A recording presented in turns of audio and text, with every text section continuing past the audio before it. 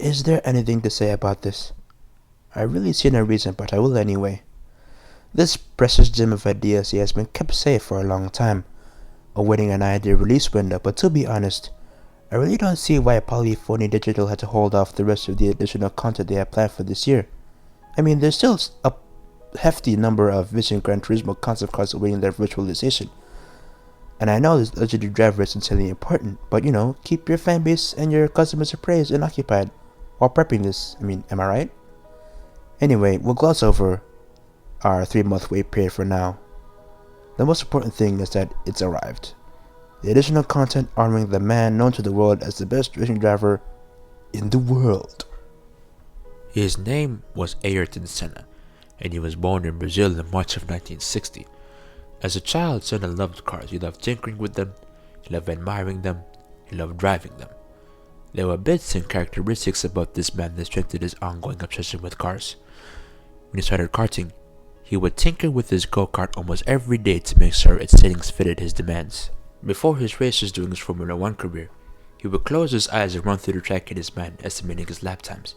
And when he ran around there for real, most of the time he would either match or beat what he estimated.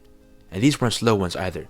These were goals that Senna set for himself, causing him to completely outshine his rivals, as well as taking top pole positions in race wins on multiple occasions. On this, the anniversary month of his death, Gran Turismo 6 that it would be fitting for Senna fans, race drivers, and avid gamers alike to journey through time and live the life that Senna lived from his birth all the way to his death. This commemorative package includes classic layouts for the Brands Hatch circuit and Autodromo Monza, as well as 3 new cars: Senna's DAP racing kart, Senna's Westside Racing Formula 3, and the centerpiece, the 1985 Lotus 97T, the car that he used to take his first win at the Portuguese Grand Prix in that same year. Today we'll be looking at the lovely 97T because 1, it's a thing of beauty, and 2, there's a lot of heritage behind it. So let's take it to Brussels, some of the circuit, the Spa-Francorchamps, one of the highlights of first races to set his F1 racing career. Right, good morning everyone. We are in Belgium today, again, to just drive the, actually it is a test drive, but it's more of a tribute, not more like a test drive, because this isn't really a new car, new to the game, but not new to the world. As you know, circuit the Spa-Francorchamps has set his name all over it. As you know, those who have discovered his history, he took his second Formula 1 win in this track with the car that I'm driving today, the 1985 Lotus 97T. 1.5 liter turbocharged V6 engine.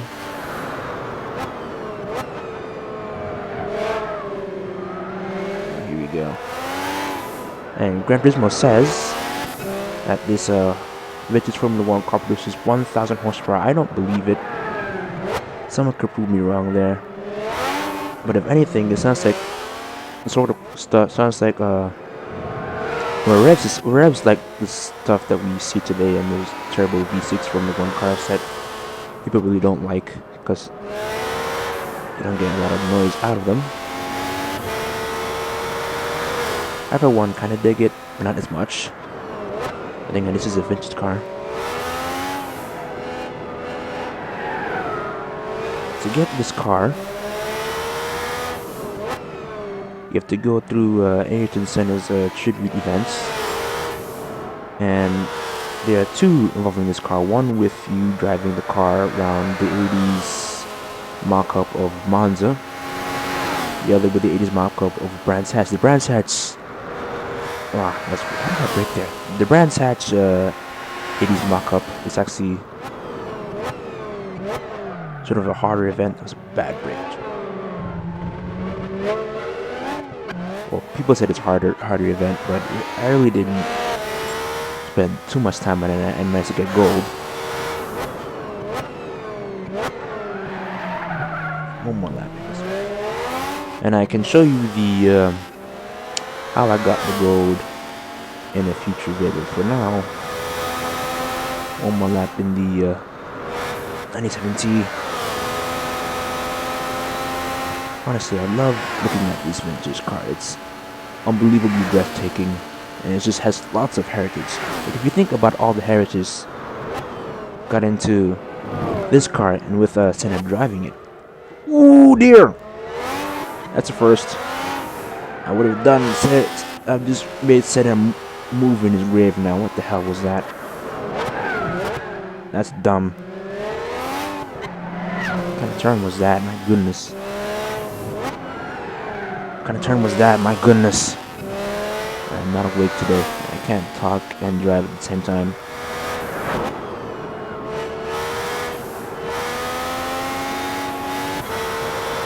I don't know how Chris Harris does it, but anyway.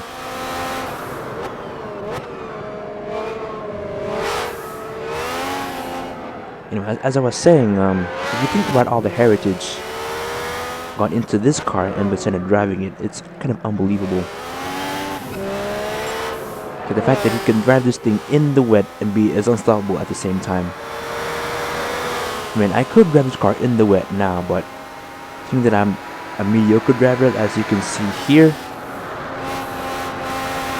I probably slip, crash, and do terrible things to this car, which I don't want to do. And Fire Man all hate me. Not to mention will make Senna's ghost very angry with me. But in the end, I mean, look at that. Even with Senna's avatar sitting under the thing, it's just an iconic piece of instrument. So, there we are.